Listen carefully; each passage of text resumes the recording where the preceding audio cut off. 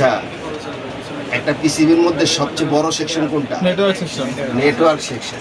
Network সেকশনে তোমার 2G 3G 4G 5G আইসি থাকে, নেটওয়ার্ক থাকে, জি বস। তারপরে আরএফআইসি থাকে, যেটাকে বলি আমরা রেডিও জি ফ্রিকোয়েন্সি। বস। এছাড়াও যদি কোয়ালকম সেট হয় তাহলে সেটার মধ্যে এপিটি নামে একটা আইসি থাকে, যেটা 3G এবং 4G ভোল্টেজ সাপ্লাই দেয়, তাই না? আচ্ছা, আজকে আমরা ধরো 4G সেটের মধ্যে এপিটি যে আইসিটা থাকে সেই আইসিটার যে ওয়ার্কিং প্রসেস সেটা আজকে আমরা জানবো। ওকে, এইখানে আমাদের রেডমি 7 এর ডায়াগ্রাম ওপেন করা আছে, ঠিক আছে? এখন একটা সেটের এপিটি আইসি বা 2G আইসি বা 3G আইসি কোন আইসিটা কোন লোকেশনে আছে সেটা জানার জন্য আমাদের কি করতে হবে? কম্পোনেন্ট নেম যে অপশনটা থাকে সেই অপশনটা ওপেন করতে হবে, তাই না? আচ্ছা, এখানে তাহলে এই যে দেখো কম্পোনেন্ট নেম দেখা যায়, এই সেকশনটাতে আমরা ধরো এখন ক্লিক করলাম, ক্লিক করার পরে এই যে কম্পোনেন্ট নেম আসছে, আসার পরে এখন আমাদের চেক দিতে হবে যে এইখানে আমরা কি খুঁজতেছি? এপিটি আইসি, তাই না? এখন এপিটি আইসি কোথাও আছে কিনা দেখো, এখানে আছে কি পিএ, এটা হলো তোমার 3G এবং 4G পিএ। ওকে, আচ্ছা, তারপরে আমরা দেখি যে আর বোর্ডে কোথাও এপিটি আইসি দেখা কিনা, এইখানে ব্যাক সাইডে নাই, এখন ফ্রন্ট সাইডে দেখো নিচে, এই যে দেখো এখানে আমরা আসছি, ফ্রন্ট সাইডের মধ্যে তোমার এই যে এখানে আছে আরএফ আইসি।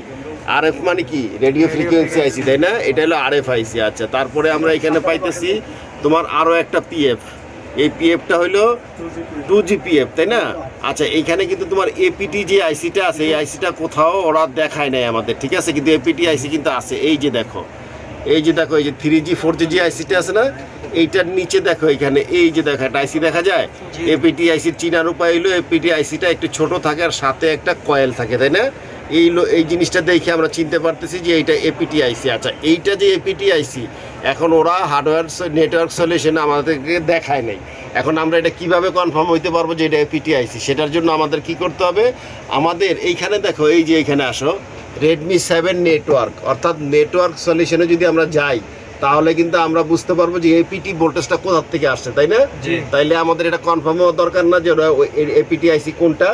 তাহলে আমরা এইটাকে ধরো এখন ক্লিক করি, এই যে দেখো এটা ক্লিক করছি না, এখন আমরা দেখবো যে আমাদের 3G এবং 4Gর মধ্যে ভোল্টেজ এপিটি ভোল্টেজ আসবে না। এই যে দেখো এটা কি আসছে?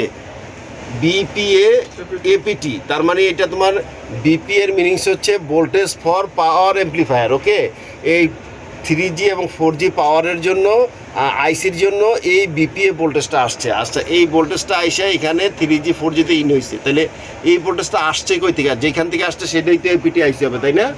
এই যে দেখো এখন আমরা সহজে, এই যে দেখছো আমি বলছিলাম না যে ছোট একটা আইসির সাথে যে কয়েলটা আছে, তাইলে এই যে দেখো এই আইসিটা এপিটি আইসি, এই যে এখান থেকে ভোল্টেজটা বের হইয়া তোমার এই যে এখানে আসছে কি 3G এবং 4G আইসিতে, ঠিক আছে? একই ভোল্টেজ দেখো এই দিক দিয়ে আবার কোথায় চলে গেছে, এদিক দিয়ে তোমার চলে আসছে এলো এই যে দেখো 2G আইসির মধ্যে। তাহলে এখন এই যে এপিটি আইসিটা আছে, এই যে এপিটি যে আইসিটা আমরা বলতেছি, এই আইসিটার কাজ সম্পর্কে আমাদের ধারণা থাকতে হবে না? এই আইসিটার কাজ হইলো আমাদের সেটে যখন তোমার 3G এবং 4G সেট এই নেটওয়ার্ক যখন কাজ করে তখন এইখান থেকে একটা ভোল্টেজ সাপ্লাই দেয়। কেন দেয়? 4G এবং 3G নেটওয়ার্ককে স্ট্রং করার জন্য। তুমি যদি কখনো টাওয়ার থেকে দূরে চলে যাও তাহলে সেইখানে তোমার 4G এবং 3G নেটওয়ার্ক যদি দুর্বল পায় তখন এই এপিটি আইসি থেকে একটা ভোল্টেজ সাপ্লাই দিয়ে সেই নেটওয়ার্কটাকে স্ট্রং করে। অর্থাৎ এপিটি আইসি যদি তোমার কখনো ডিস্টার্ব হয় তাহলে আমাদের 3G 4G নেটওয়ার্ক অফ হয়ে যেতে পারে, কল আসা যাওয়া নাও করতে পারে, অথবা ডাটা চলে না। এই জন্য এপিটি আইসিটা খুবই ইম্পর্টেন্ট একটা আইসি। এইটা অনেক সময় এটার মধ্যে তোমার এনেবল সিগন্যাল যেটা আছে সেটা হলো তোমার বিরেজ ভোল্টেজ, ওই লাইনটা শর্ট হয়ে গেলে দেখা গেছে সেটার মধ্যে ডাইরেক্ট নো সার্ভিস হয়ে যায়। তারপরে তোমার কি হয়, তোমার পুরা ব্যান্ড হাইড হয়ে যায়, এরকম প্রবলেম পাওয়া যায় এপিটি আইসি খারাপ হইলে। আর সাধারণত এপিটি আইসির কাজ হলো 3G এবং 4G ব্যান্ডের জন্য ভোল্টেজ সাপ্লাই দেওয়া, তাই তো?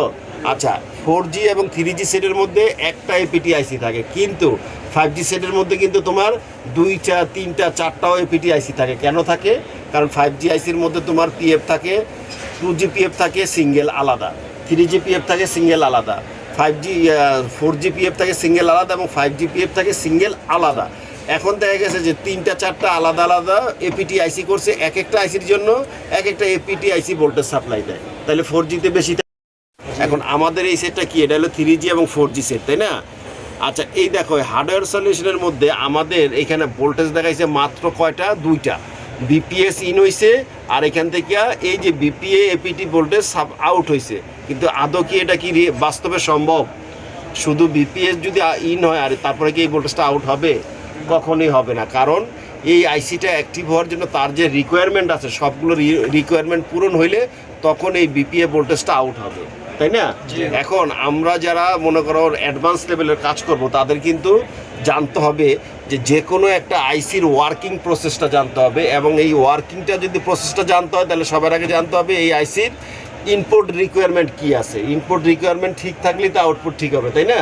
তাহলে আমরা এটা জানতে পারবো স্কিমেটিক ডায়াগ্রাম ওপেন করার পরে। এই হার্ডওয়্যার সলিউশনে আমাকে প্রপার সলিউশন দিতে পারবে না বা দেয় না, তাহলে আমরা এখন কি করব? এখন আমরা ডায়াগ্রাম ওপেন করবো। ওকে, আচ্ছা, এখন ডায়াগ্রাম ওপেন করার জন্য দেখো কি করতে হবে। এই যে লোকেশনটা আমরা দেখছি 4G 3G আইসির নিচে হইলো আমাদের এপিটি আইসি, তাই না? আচ্ছা, এখন আমরা লেআউট আছে কোথায় দেখো, এই যে দেখো লেআউট দেখা যায়, এই লেআউটের মধ্যে আমরা ক্লিক করে দেই। এই যে লেআউট আমাদের ওপেন হয়েছে, এই যে আমাদের দেখো 3G এবং 4G আইসিটা, তার নিচে এই যে এপিটি আইসি, তাই না? এটার নাম্বার কত? U3501। এখন আমরা এটাতে ডাবল ক্লিক করলে কি হবে? কপি হয়ে যাবে না? আচ্ছা, আমরা দেখি কপি হয় কিনা। দেখো ডাবল ক্লিক করছে, এখানে কপি অ্যাকুরেট হয় না, বেশি সংখ্যা আসছে না, অনেক সংখ্যা বেশি দেখাচ্ছে না। কারণ হইলো তোমার এটার কোডিংটা ঠিক তাই। তাহলে এরকম প্রবলেম যদি কখনো ফেস করো তাহলে এটার সলিউশন তোমাদের জানতে হবে না। তখন আমরা কি করব? আমরা সরাসরি চলে আসবো স্কিমেটিকের ভিতরে, আমরা কপি বাদ দিয়ে দিব, স্কিমেটিকে আসবো। এইখানে আইসা এই যে দেখছো সার্চের ঘর আছে, এখানে আমরা যেই নাম্বারটা ওইখানে আইসির নাম্বারটা আছে ওই নাম্বারটা সার্চ করে দিব। ওকে, আচ্ছা, এই যে দেখো আমাদের এখানে আমরা কত টাইপ করছি, U3501। এটা আমরা কি করছি? ম্যানুয়াল টাইপ করে নিছি, তাই না? কারণ যেহেতু লেআউটের মধ্যে কপি হচ্ছে না, সেই ক্ষেত্রে আমাদের ডায়াগ্রামে সেটা ম্যানুয়াল টাইপ করতে হবে। ওকে, তারপরে পাশে দেখো এই যে দুইটা অ্যারো দেখা যায় না, এখানে কারসার ধরলে দেখো এই যে কি লেখা উঠছে, ফাইন্ড নেক্সট। এখানে টিপ দিলে কিন্তু আমাদের আইসিটা দেখায় দিবে। এই যে দেখো আমি টিপ দেই, এই যে দেখো আমাদের এই যে এপিটি আসছে, এপিটি আইসি অলরেডি চলে আসছে। এই যে দেখো এপিটি আইসি, এই যে তোমার এই যে U3501, ঠিক আছে?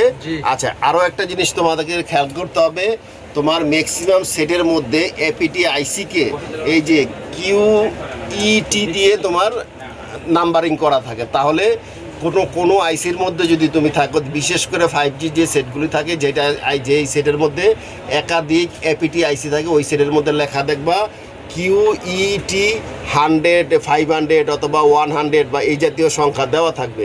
QET হইলে বুঝবা যে এটা অবশ্যই এপিটি আইসি। এপিটি আইসিকে এই তিনটা সংখ্যা দিকে আমরা চিনতে পারি। ওকে, আচ্ছা, তাহলে এখন আমরা আসছি কোথায়?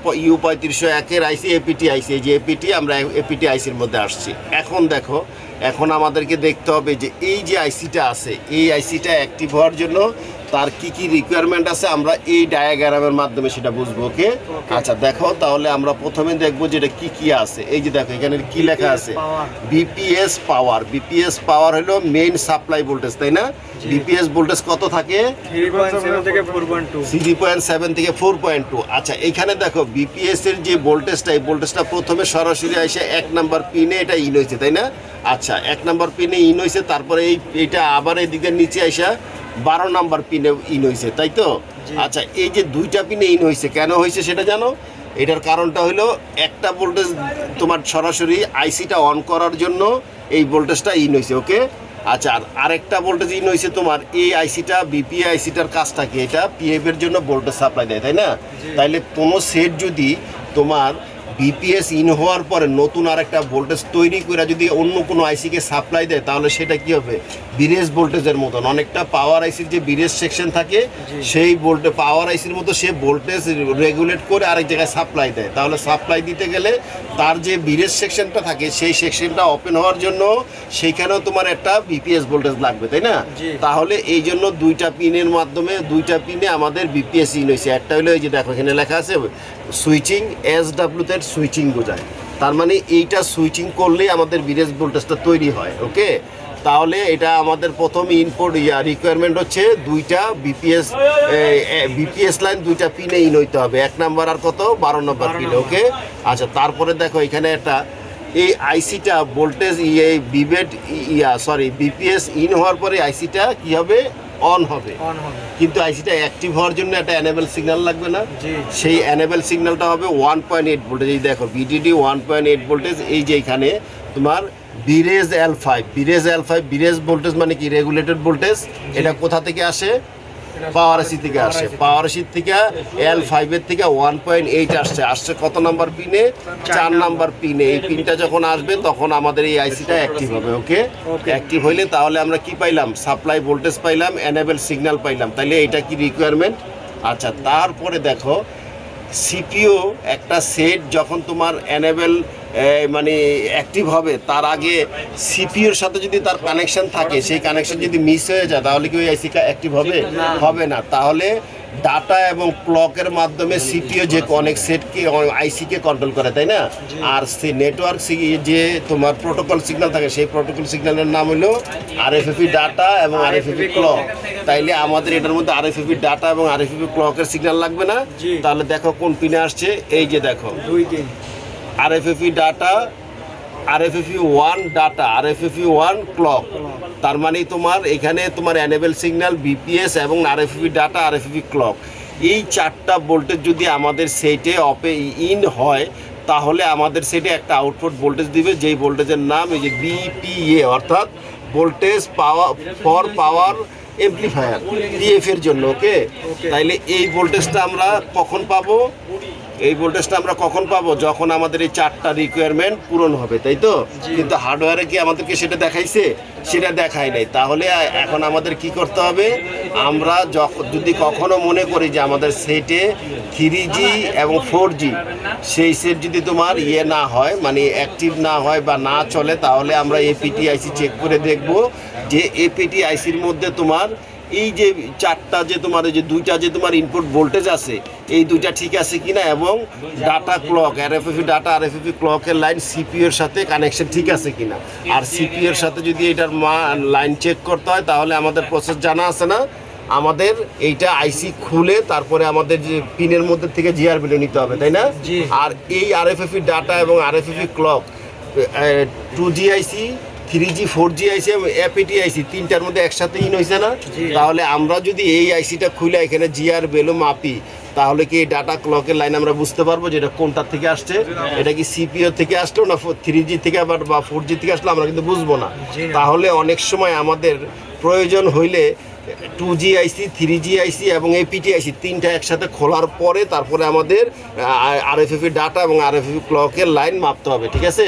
তাহলে আমরা আপাতত কি করব, যেহেতু এইটা 3টা আইসি খোলার পরে মাপা যায়, কারণ আমরা এখন ওইখানে অত ঝামেলায় যাব না। আমরা কি করব, আমরা দেখব যে ইনপুট ভোল্টেজ ঠিক আছে কিনা, ঠিক আছে?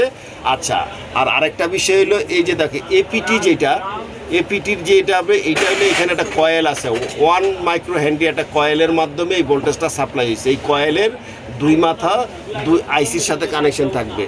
এই দেখো ভোল্টেজ সুইচিং 11 নম্বর পিনে সুইচিং করছে এটা, ঠিক আছে?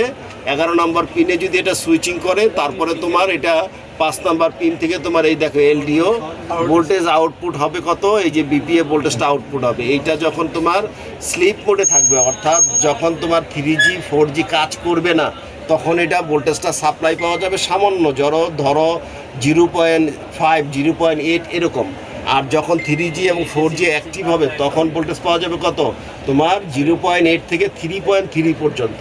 তাহলে আমাদের একটা সেট যদি মনে করো তোমার এই 4G এবং 3Gতে কখনো সমস্যা হয় তাহলে আমাদের মাস্ট এপিটি আইসি অবশ্যই চেক করতে হবে। ওকে, তাহলে এখন আমরা জানলাম যে এই এপিটি আইসির রিকোয়ারমেন্টটা কি আছে। তাহলে এখন আমরা প্র্যাকটিক্যাল করে দেখব যে আমাদের এপিটি আইসির মধ্যে এই 2টা ভোল্টেজ ইন হয়েছে কিনা, ঠিক আছে?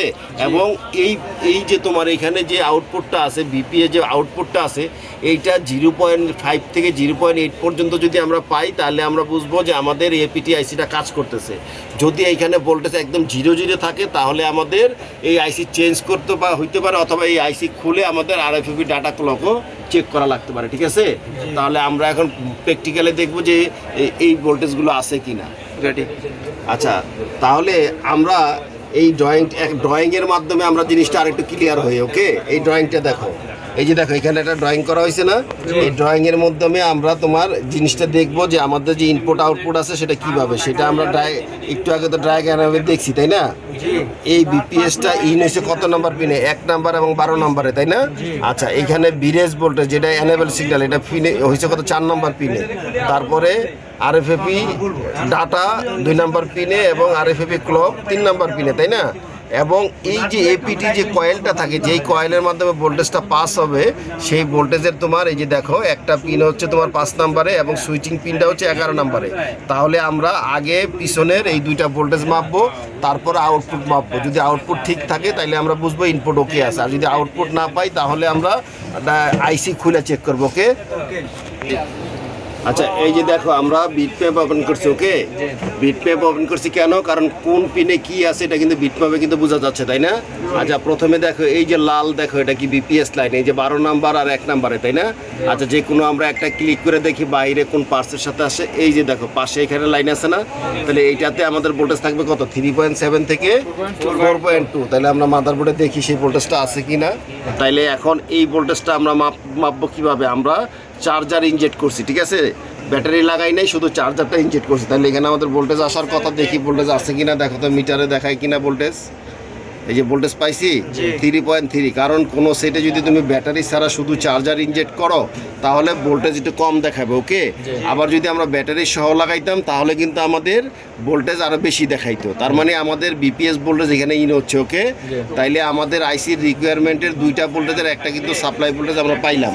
আচ্ছা এরপরে দেখো এইখানের পরের নেক্সট ভোল্টেজ কি আছে, যে 4 নাম্বার পিনে এটা কত, বিরেজ L5 থেকে 1.8 ভোল্টেজ তাই না। এটা আমরা ক্লিক করে দেখবো যে এটার কানেকশন বাহিরে কোনো কম্পোনেন্টের সাথে আছে কিনা। দেখো টিপ দিলাম, এই যে দেখো পাশের কম্পোনেন্টটা আছে, তাহলে এইটাতে কত থাকবে 1.8। এইটা হইলো আমাদের এনেবল সিগন্যাল ঠিক আছে। তাহলে এইটা যদি থাকে তাহলে আমরা বুঝবো যে আমাদের এনেবল সিগন্যাল ঠিক আছে তাই না। আচ্ছা দেখো তো আমার এইখানে কত ভোল্টেজ আছে, এই যে 1.8 আছে, তার মানে আমরা এনেবল সিগন্যাল এবং সাপ্লাই ভোল্টেজ এপিটি আইসির জন্য পাইছি তাই না। আচ্ছা এখন আরএফএপি ডাটা এবং আরএফএপি ক্লক এটা যদি মাপতে হয় দেখো কিভাবে মাপবো। এইখানে আমরা ক্লিক করে দেখি যে এই লাইনটা কোথায় গেছে, এই লাইনটা দেখো কোথায় গেছে, এখানে আশেপাশে কোনো কম্পোনেন্টে নাই ঠিক আছে। এটা চলে গেছে তোমার এইখানে আছে 4G-তে, এইখানে সিপিওর মাধ্যমে, তারপরে আসছে কোথায়, এটা 2G-তেও আইসা পড়ছে তাই না। তাইলে একটা আরএফএপি ডাটা এবং ক্লকের লাইন সিপিও থেকে বের হয়ে 3টে আইসিতে আইসে, তোমার 3G 4G এবং 2G আইসিতে এবং এপিটি আইসিতে তাই না। তাইলে এইটার যদি জিআর ভ্যালু মাপতে হয় তাহলে আমাদের 3টা আইসি রিমুভ করার পরে আমরা বুঝতে পারবো যে সিপিওর কানেকশন ঠিক আছে কিনা তাই না। তাইলে আমাদের যেহেতু ইনপুট ভোল্টেজ এবং এনেবল সিগন্যাল ঠিক আছে, এখন আমরা মাপবো যে এই যে কয়েলটা আছে, এই যে দেখো কয়েলের দুইটা মাথা আছে, একটা হলো সুইচিং, এটা সুইচিং করলে এখান দিয়ে ভোল্টেজ ফর পাওয়ার অ্যাম্প্লিফায়ার এই এপিটি ভোল্টেজটা আউট হবে। আর যখন 3G 4G অ্যাক্টিভ থাকবে না তখন এখানে ভোল্টেজ থাকবে সামান্য, কত থাকবে 0.56 বা 8। আর যখন তোমার 4G এবং 3G অ্যাক্টিভ হবে তখন 3.3 পর্যন্ত ভোল্টেজটা আসবে তাই না। এটা তো ভেরিয়েশন ভোল্টেজ। আচ্ছা এখন আমরা দেখি কয়েলে কোনো সামান্য ভোল্টেজ পাই কিনা, তাহলে আমরা বুঝবো যে আমাদের আইসি কাজ করে কিনা তাই না। তাইলে আমরা মাদারবোর্ডে এখন মাইপা দেখি যে এইখানে কোনো ভোল্টেজ দেখো তো পাওয়া যায় কিনা। এই যে দেখো ভোল্টেজ আছে 3.65, তার মানে এখানে কিন্তু সামান্য ভোল্টেজ কিন্তু আমাদের আউট হয়েছে তাই না। দ্যাট মিনস আমরা বুঝতে পারতেছি যে এখন আমাদের এই এপিটি আইসিটা মোটামুটি ওয়ার্কিংয়ের পর্যায়ে আছে। কারণ কোনো এপিটি আইসি যদি খারাপ হয়ে যায় তাহলে এখানে জিরো হয়ে যাবে, কোনো ভোল্টেজ আসবে না। কারণ 3G 4G অ্যাক্টিভ হওয়ার আগ পর্যন্ত এখান থেকে ফুল ভোল্টেজ সাপ্লাই দিবে না। ওকে তাহলে আমরা এপিটি আইসি আমরা যদি দেখি যে এখানে কয়েলের মধ্যে ভোল্টেজ 0 কোনো ভোল্টেজ আসে না, তখন কিন্তু আমাদের এই আইসিটা খুলতে হবে ঠিক আছে। এই আইসিটা খুলে আমরা পিনের মধ্যে এই যে দেখো মনিটরে দেখো এই যে এখানে যতগুলো পিন আছে সবগুলো পিনের আমাদের জিআর ভ্যালু নিতে হবে তাই না। দেখো কয়টা পিন আছে, এখানে বিপিএস আছে 2টা, এই 2টাতে আমাদের জিআর ভ্যালু দেখতে হবে ঠিক আছে কিনা। ডাটা আরএফএপি ডাটা এবং আরএফএপি ক্লক এই 2টার যদি আমাদের জিআর ভ্যালু অ্যাকুরেট পাইতে হয় তাহলে আমাদের 3টা আইসি রিমুভ করতে হবে তাই না। আর এছাড়া বাকি যেমন পিন আছে, যেমন মনে করো এই যে এনেবল সিগন্যাল, তারপরে তোমার মনে করো এই যে এপিটি আউটপুট, তারপরে এই যে সুইচিং পিন, এইগুলো 1 2 3 4 5 6 7, এই 7টা পিন আমাদের জিআর ভ্যালু ঠিক থাকতে হবে। ওকে তারপরে মাঝখানের 3টা গ্রাউন্ড, 3টা গ্রাউন্ডের একটাও যদি মিস হয় তাহলে কি আইসি কাজ করবে না। আমরা জানি যে পজিটিভ এবং নেগেটিভ দুইটা ছাড়া কিন্তু কাজ হয় না, কারণ এখানে তোমার প্রতিটা সেকশনের জন্য একটা করে জিএনডি গ্রাউন্ড লাইন দরকার। অনেক সময় আমরা পজিটিভ মাপি কিন্তু গ্রাউন্ড মাপি না, আমাদের এই 3টা গ্রাউন্ডের লাইনটা কিন্তু দেখতে হবে লাইন ঠিক আছে কিনা, ওকে। এবং এখানে 2টা এনসি পিন আছে, শুধুমাত্র এই 2টা পিন কোনো ওয়ার্কিং নাই, এই 2টা পিনের কোনো কাজ নাই। এনসি মানে কি, নট কানেক্টেড। আর বাকি যে সবগুলো পিন আছে আইসিটা রিমুভ করার পরে সবগুলো পিন আমরা জিআর ভ্যালু মাইপে দেখবো অ্যাকুরেট আছে কিনা। আর জিআর ভ্যালু মানে কি, গ্রাউন্ড রেজিস্ট্যান্স, ওকে। আর এই যে ডাটা এই আরএফএফি ডাটা এবং আরএফএফি ক্লকেরটা আমাদের অ্যাকুরেট পাইতে হলে 3টা আইসি খুলে মাপতে হবে, তাই তো? আচ্ছা, তাহলে এপিটি আইসির যদি কখনো প্রবলেম হয়, এটার রিকোয়ারমেন্ট সম্বন্ধে তো আমরা তো বুঝতে পারছি, তাই না? আমরা আইসি খুলে মাইপে বুঝতে পারবো তো আইসি ভালো না খারাপ। তাইলে এপিটি আইসি সম্বন্ধে তো আর কোনো সমস্যা নাই, কারো কনফিউশন নাই তো কোনো।